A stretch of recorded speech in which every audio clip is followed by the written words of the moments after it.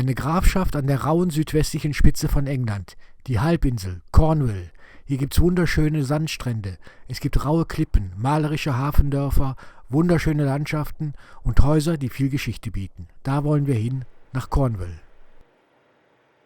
Es gibt mehrere Möglichkeiten, nach Cornwall zu kommen. Das eine ist von Deutschland aus mit dem Flugzeug. Da fliegst du nach Newquay und mietest dir dort einen Wagen. Oder du fährst selber mit dem Auto hin. Das haben wir gemacht. Wir sind von Calais nach Dover mit der Fähre gefahren und von dort mit dem Wagen dann bis nach Cornwall. Guten Morgen, ich bin Uli Kronenberg und ich bin anderswohin. Und diesmal sind wir in Cornwall. Wir nehmen euch mit auf eine Rundreise durch Cornwall. Vielleicht könnt ihr dieses Video selber zur Reiseplanung nutzen, wenn ihr nach Cornwall wollt und eine Rundreise dort macht. Ich will euch zeigen 20 Orte, die ihr auf jeden Fall in Cornwall gesehen haben solltet. Zumindest wenn ihr in dem südlichen Teil unterwegs seid. Die Überfahrt mit der Fähre dauert nicht allzu lang. Und hier ist eine Karte der Strecke, die wir danach gefahren sind, von Dover bis nach Cornwall. Insgesamt 20 Punkte haben wir uns im südlichen Teil von Cornwall ausgesucht, die wir uns anschauen wollen. Das hier sind die Punkte. Die ganzen Punkte, die haben wir dann zu einer Rundreise verbunden. Und das hier ist die Karte, da könnt ihr unsere Strecke nachvollziehen. Das ist eine Strecke, die schafft man in einer Woche oder aber, und das ist besser, man lässt sich 2 Wochen Zeit. Und der erste Ort, den wir in Cornwall ansteuern, ist Trelisig. Wir sind hier ganz in der Nähe der Stadt Falmouth. Das Haus selber wurde in den 1750er Jahren zur Villa ausgebaut. Es hat öfter den Besitzer gewechselt, meistens waren das übrigens Minenbesitzer. Die Säulen hier wurden 1824 errichtet.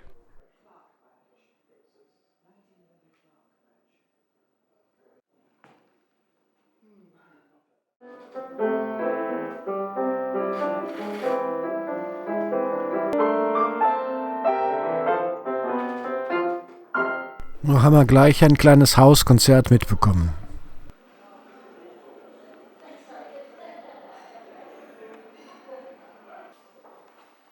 Ja, das hier ist so etwas wie ein Wintergarten und das Ganze mit Glasdach. Durchs Fenster, da sieht man den Fall River. Trelisig ist eigentlich bekannt durch seinen Garten, Trelisig Garden, und den schauen wir uns jetzt mal an. Das ist eigentlich mehr so ein Landschaftspark hier. Durch das milde kornische Klima ist es möglich, dass hier viele subtropische und auch fernöstliche Pflanzen im Freien wachsen können.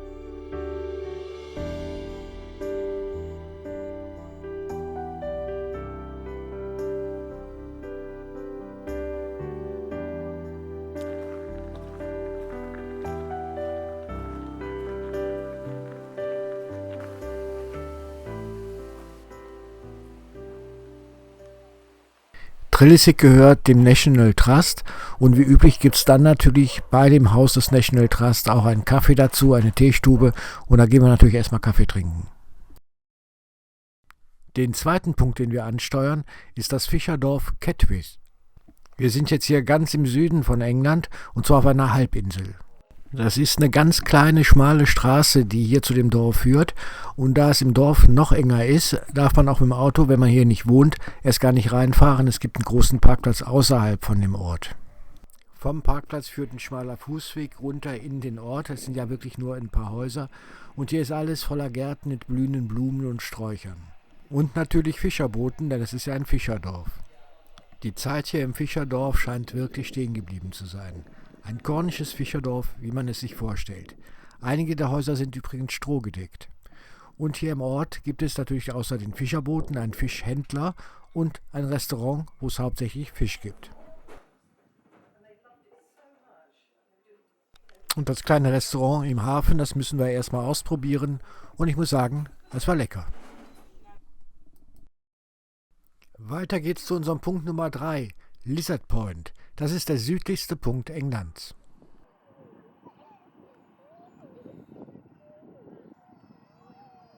Der Ort wird auch vom National Trust verwaltet. Man muss durch den Ort, Lizard, ein kleiner Ort, ist das Touristenort, durchfahren und dann geht es auf einen großen Parkplatz, der wird vom National Trust wiederum verwaltet und von da aus geht es zu Fuß weiter zum Lizard Point. Angeblich ist dieser Ort hier ein gewaltiger Schiffsfriedhof. Bei Flut kann man hier die vielen Felsen gar nicht sehen, die im Meer sind.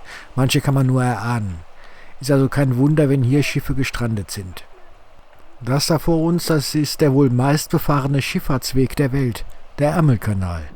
Der Lizard Point, das ist die nördliche Einfahrt in diesen Kanal. Der Fußweg, der runter zur Südspitze führt, ist asphaltiert. Das Ganze unter Verwaltung des National Trust. Folglich gibt es hier auch ein kleines Café und einen Infostand. Ansonsten gibt es hier eine unglaubliche Küstenlandschaft, eine Felsenlandschaft zu bewundern. Und es ist hier auch nicht so überlaufen, wie man es sich vielleicht vorstellt. In Land's End zum Beispiel, da soll es wesentlich voller sein.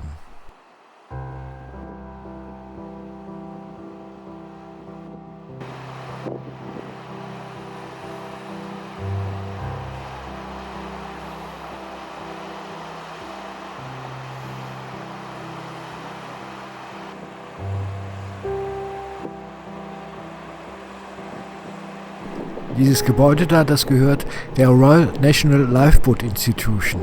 Hier war ein Rettungsboot der Seenotrettung untergebracht. Die Retter haben inzwischen eine andere Station, sind an einer anderen Stelle hier an der Küste. Das Gebäude ist inzwischen verlassen. Die Rampe für das Boot führt noch ins Meer.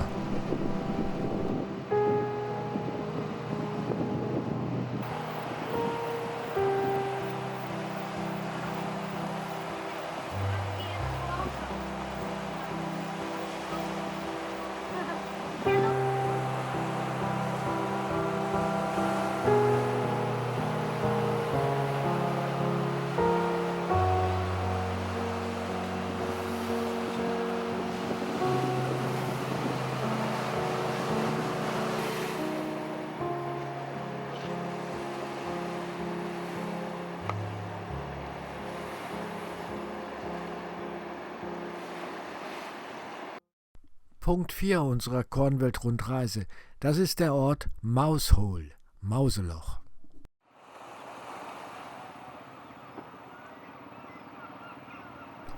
Mousehole, das ist vielleicht wirklich der hübscheste kleine Ort hier an Cornwalls Küste. Einen der niedlichsten ist es mit Sicherheit. Und der Ort hat auch seinen Namen verdient. Mauseloch. Eine einzige schmale Straße führt hier runter in das Dorf und man hat wirklich das Gefühl, man fährt in so ein Mauseloch rein. Der Ort selber, der besteht aus Häusern, die um einen Hafen rumstehen, ein Hafenbecken. Eine Hafenmauer soll bereits hier 400 vor Christus gebaut worden sein. Heute wird das Hafenbecken eigentlich von Kindern als Schwimmbad benutzt.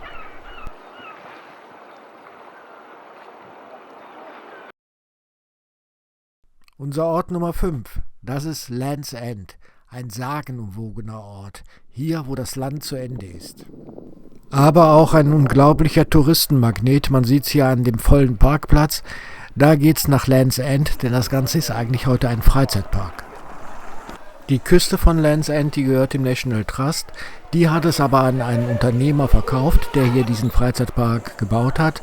Man hat sich nur das Wegerecht bis zur Küste hin erhalten. Das heißt, wir können durch den Freizeitpark jetzt kostenlos durchgehen. Land's End, das ist der westlichste Punkt der Insel. Ja, und wenn man schon mal so tief hier im Südwesten der Insel ist, dann muss man es auch gesehen haben, Land's End. Hier gibt es schon eine herrliche Küste zu sehen, allerdings man muss sagen, auch rechts und links von Land's End ist die Küste herrlich und da muss man nicht 6 Pfund fürs Parken bezahlen.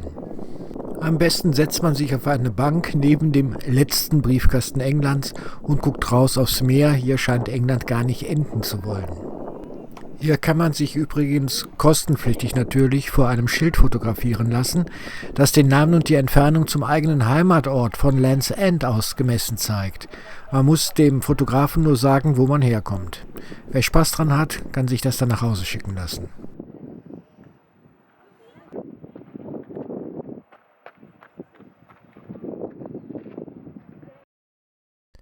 Punkt Nummer 6, das ist Botellic Mine. Den Besuch an den Überresten dieser alten Zinnmine, den muss man genießen, denn hier gibt es die Crown Maschinenhäuser. Die sind in die Felsenklippen gebaut. Wir sind hier in der Nähe von Saint-Just. Wir fahren hier die B3306. Wir sind kurz hinter Land's End. Die Straße windet sich an der Küste lang durch eine hügelige Landschaft. Wie in anderen Teilen von Cornwall wurde auch hier Zinn und Kupfer abgebaut. Und jetzt sind wir in Botellic Mine angekommen, eine alte Bergwerksruine. Aufgrund ihrer abenteuerlichen Lage gehört sie sogar zum UNESCO-Welterbe. Das hier ist das ehemalige Bergbaurevier Saint-Just. Zwischen 1720 und 1914 hat man hier unter Tage Zinn, Kupfer und Arsen abgebaut.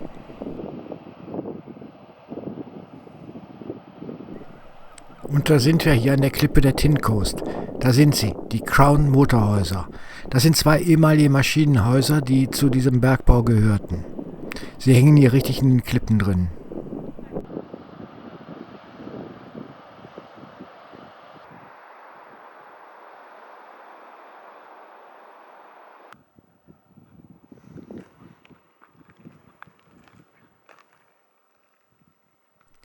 Diese Ruinen, das sind alles Reste von Häusern, die zum Bergwerk gehört haben. Übrigens führte der Schacht des Bergwerks 600 Meter horizontal unter dem Meeresboden lang. Ein wirklich beeindruckender Ort hier. Der nächste Ort, das ist Zinner, ein kleines Dorf hier an der Atlantikküste. Die Landschaft hier im Westen von Cornwall ist rau. Die Felsen an der Küste werden schroffer. Dörfer sind weniger. Auch hier hat man früher nach Zinn gegraben. Einzelne Ruinen von Motorhäusern neben der Straße erinnern an diese Bergbauzeit. Das ist die normannische Kirche Saint-Serina. Hier soll im 6. Jahrhundert schon eine keltische Kirche gestanden haben. Rund um die Kirche stehen alte Grabsteine. Das sieht hier wie auf allen englischen Friedhöfen mit alten Kirchen etwas unheimlich aus.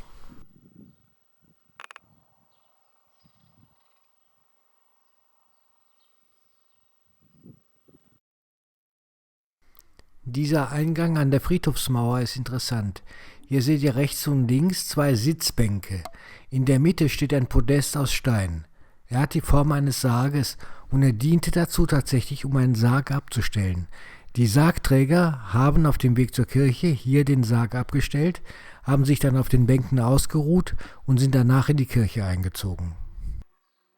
Hier sollte man auf jeden Fall mal in die Kirche reinschauen. Das ist eine typisch anglikanische Kirche. Interessant sind die bunten Sitzkissen, die findet man überall in anglikanischen Kirchen im Süden von England.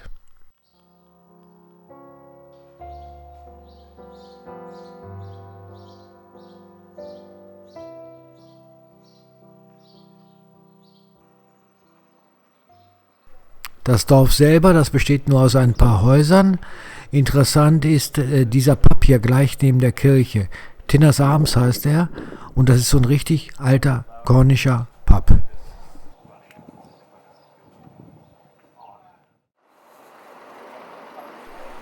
Wir sind jetzt hier in der kleinen Stadt Camburn und vielleicht mal Zeit, etwas über Unterkünfte in Cornwall zu sagen.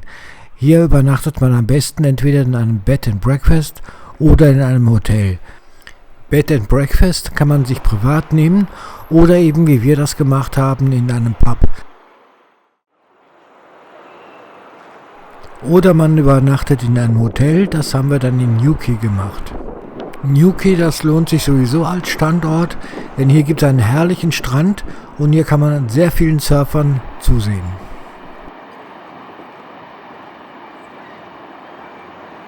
Hier in Newquay, da haben wir auch zusehen können, wie auf einmal der Nebel kommt. Der kommt ganz schnell und dann ist er auch genauso schnell wieder verschwunden.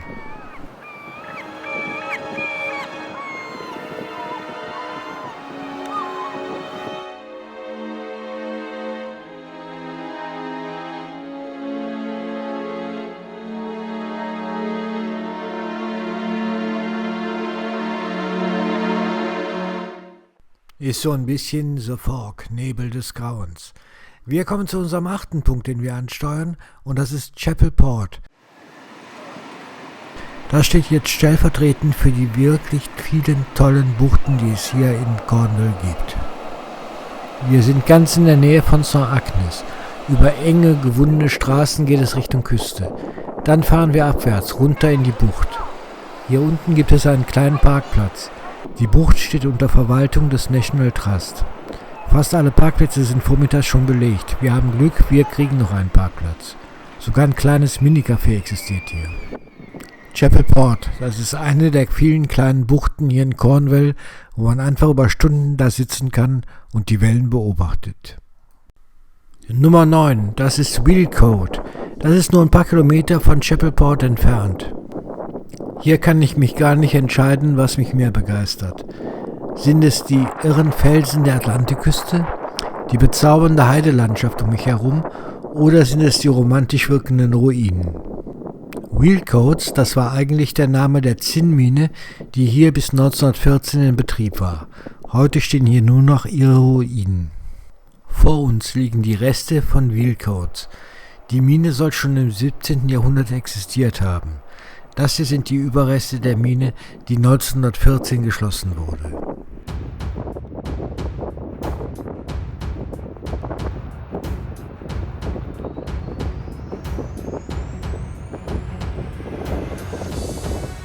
Unten am Wasser steht der 3. Turm. 140 Arbeiter waren hier beschäftigt.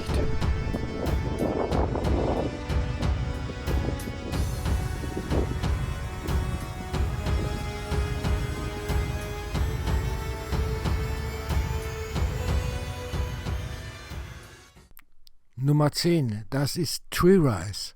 Das ist ein Herrenhaus in der Nähe von Newquay. Das ist ein elisabethanisches Herrenhaus. Gebaut 1573, gehört hat es einer Familie Ackland und es soll ein Spukhaus sein. Hier gibt es eine Galerie über dem Speisesaal und hier oben sollen im Mittelalter Musiker gesessen haben und zum Essen Musik gemacht haben.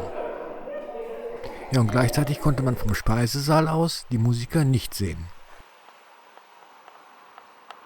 Ja, und die Orte 11 und 12, die gehören irgendwo zusammen. Das ist einmal Prideaux Place und es ist der Hafenort Padstow. Für mich gehören beide Orte zusammen, weil beide sehr oft in Rosamunde Pilcher-Filmen auftauchen. Prideaux Place als Herrenhaus und Padstow dann als Ort. Das Herrenhaus wurde Ende des 16. Jahrhunderts von Nicolas Prideaux gebaut. 400 Jahre später gehört das immer noch dieser Familie, der Familie Prideaux. Angeblich wohnen die sogar hier und in den Sommermonaten öffnen sie ihr Haus für Besucher. Rein ins Haus kommt man nur mit einer Führung. Die finden immer zwischen 13:30 und 16 Uhr statt. Ab und zu kann man auch mal eine Führung in deutscher Sprache erwischen. Hier lebt übrigens eine der ältesten Dammwildherden Englands. Und das hier ist die sehr lebendige kleine Hafenstadt Padstow, die liegt an der Atlantikküste am Mündungstrichter des Camel. Die Straßen von Padstow und der Hafen dienen sehr oft als Drehort für Pilcherfilme.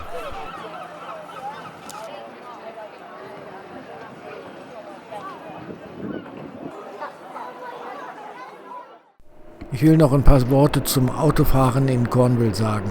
Sehr viele fahren ja nicht auf die britischen Inseln rüber, weil sie Angst haben wegen des Linksverkehrs. Ich kann nur aus meiner Erfahrung sagen, ist alles gar nicht so schlimm. In Cornwall ist so das Problem, die Straßen dort sind sehr eng. Man sieht das hier auf den Bildern.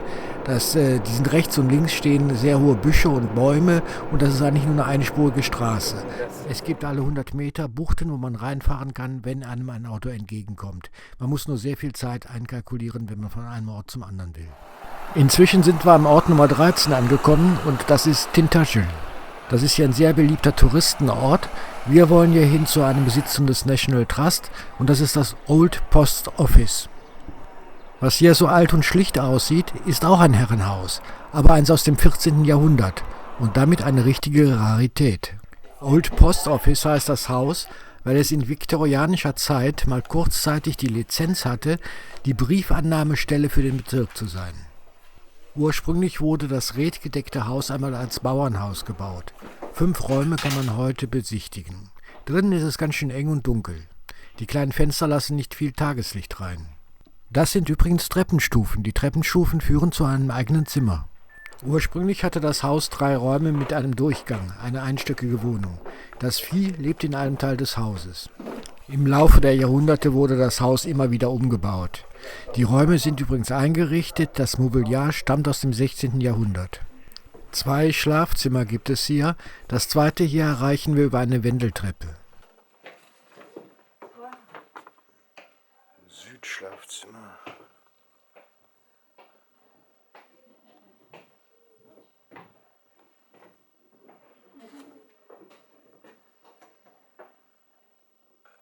Ein wunderschöner, gepflegter Besitz des National Trust. Auf jeden Fall sollte man auch hinten in den Garten mal gehen.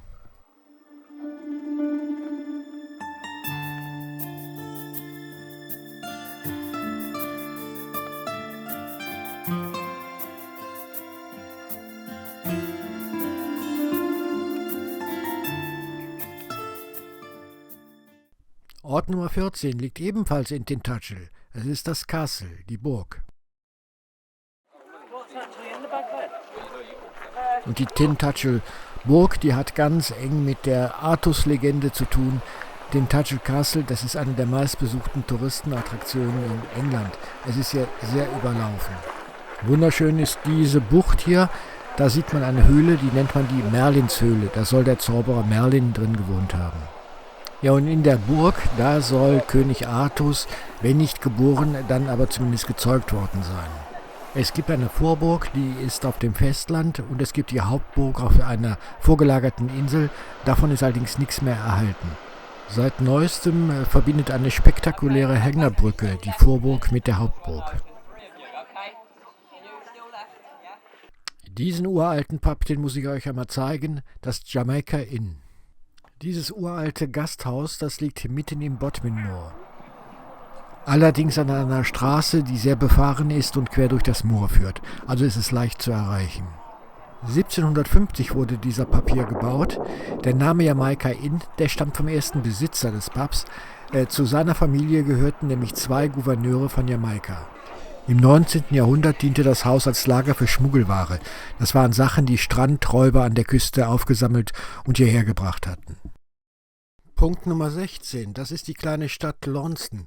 Die liegt am nördlichen Rand vom Bodmin Moor. Hier haben wir das Lawrence House besucht, das gehört dem National Trust, ist ein Wohnhaus in der Stadt und ist das Heimatmuseum. Hier gibt es sehr viele Sachen aus der Stadtgeschichte, angefangen von Stadtmodellen bis hin zu Uniformen und Gegenständen des täglichen Gebrauchs. Eingerichtet gibt es hier eine Wohnung. Hier kann man sich mal anschauen, wie man in der Stadt gewohnt hat. Es gibt Schlafräume, Wohnzimmer und es gibt eine Küche.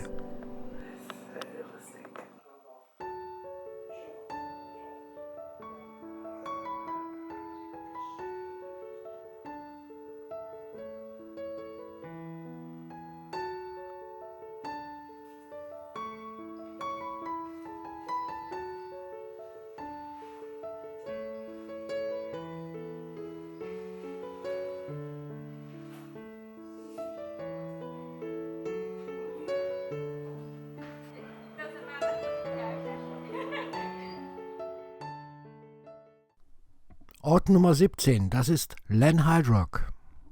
Dieses Haus ist kolossal und verspielt zugleich. Wir sind in der Nähe der Stadt Bodmin. Ja, das Anwesen betritt man hier durch ein Torhaus. Dahinter gibt es einen Vorhof, einen Kiesweg mit Rasenflächen und dann sieht man schon den Garten und man sieht das Haus. Ja, das Haus hat 3 Flügel und im Innern, da gibt es ja eigentlich fast unzählige Räume zu besichtigen. Alle sind im hochviktorianischen Stil eingerichtet. Es wurde alles nach einem Brand 1881 hier renoviert. Sie hat hier teilweise ganz schönen Komfort, das bemerkt man besonders in der Küche. Die Küche besteht aus einem hohen Hauptraum mit einem Grill und etlichen Nebenräumen. Für fast jede Tätigkeit gab es einen extra Raum. Durch diese Rillen hier floss Wasser und damit hielt man die Nachspeise kühl. Das ganze Anwesen hier, das liegt in einem Landschaftspark. 367 Hektar ist der alleine groß. Die Gebäude hier stammen aus den unterschiedlichsten Zeiten. Erste Bauten stammen aus dem Jahr 1620. Das Haus hat viele Besitzer gehabt und jeder hat etwas dazu gebaut. Das hier ist das Billardzimmer. Da gibt es sogar so etwas wie eine Tribüne für Zuschauer. Dann gibt es den Schlafbereiche, die Wohnbereiche, ja und die Kinderzimmer.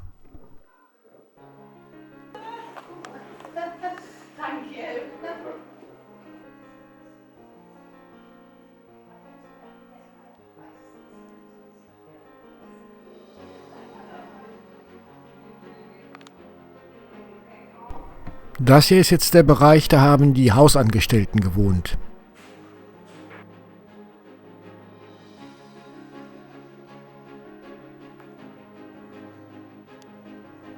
Sehr verspielt eingerichtet ist dieses Wohnzimmer. Und in der Ecke, da gibt es ja, das ist eine Schreibecke.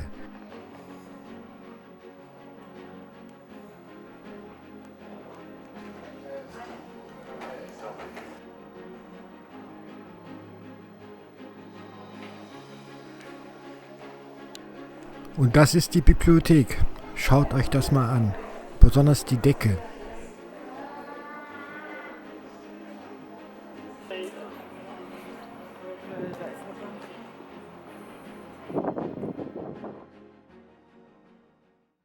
Jetzt kommen wir zu mehreren Orten, die liegen südlich des Bodwin Moors.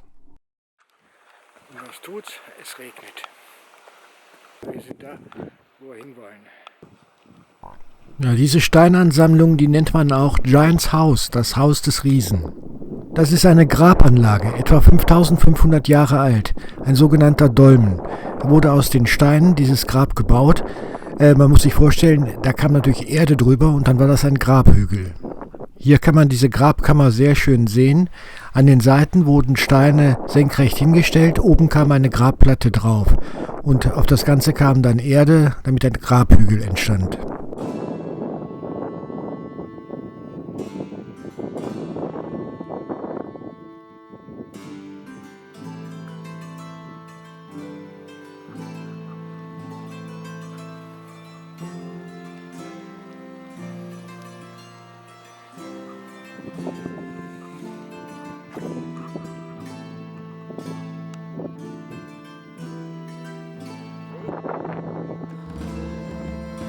Das hier nennt man Stein des Königs Dorniert.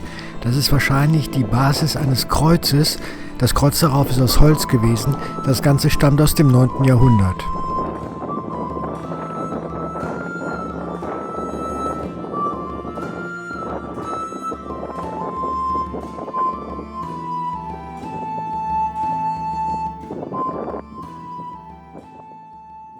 Tja, Minions gibt es nicht nur im Film, das gibt es auch als Ortsname. So, der Ort heißt tatsächlich Minions. Vor dem Ort Minions, da gibt es einen Parkplatz und von da aus geht es dann zu Fuß ins Bodwin Moor rein. Das ist unser Ziel. The Hurlers, das sind 3 Steinkreise. Das Alter 4000 bis 5000 Jahre. Der Zweck dieser 3 Kreise oder warum überhaupt sie da stehen, ist bis heute unbekannt.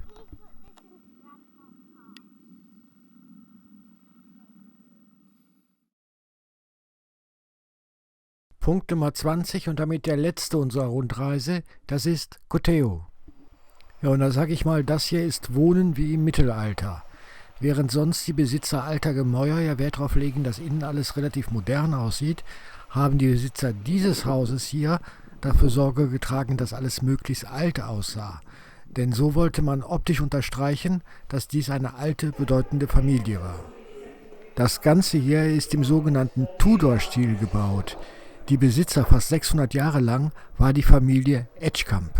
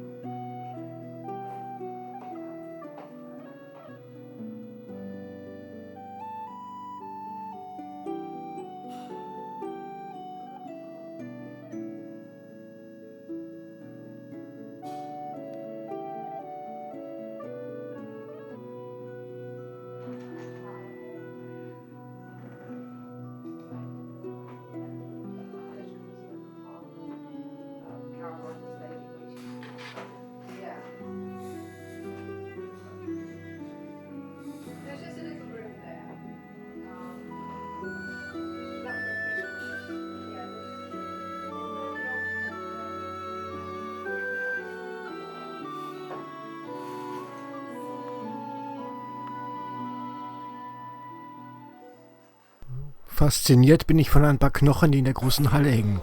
Es sind die beiden Kieferknochen eines Wals, der 1875 hier an den Strand gespült wurde. 2,5 Meter sind sie lang.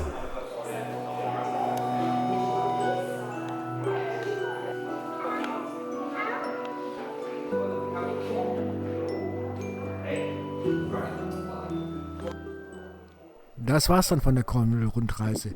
Ich hoffe, ich habe euch ein paar gute Reisetipps geben können. Wenn ihr selber noch Tipps habt für Orte, die man besuchen sollte, schreibt sie mir bitte in die Kommentare. In diesem Sinn, tschüss.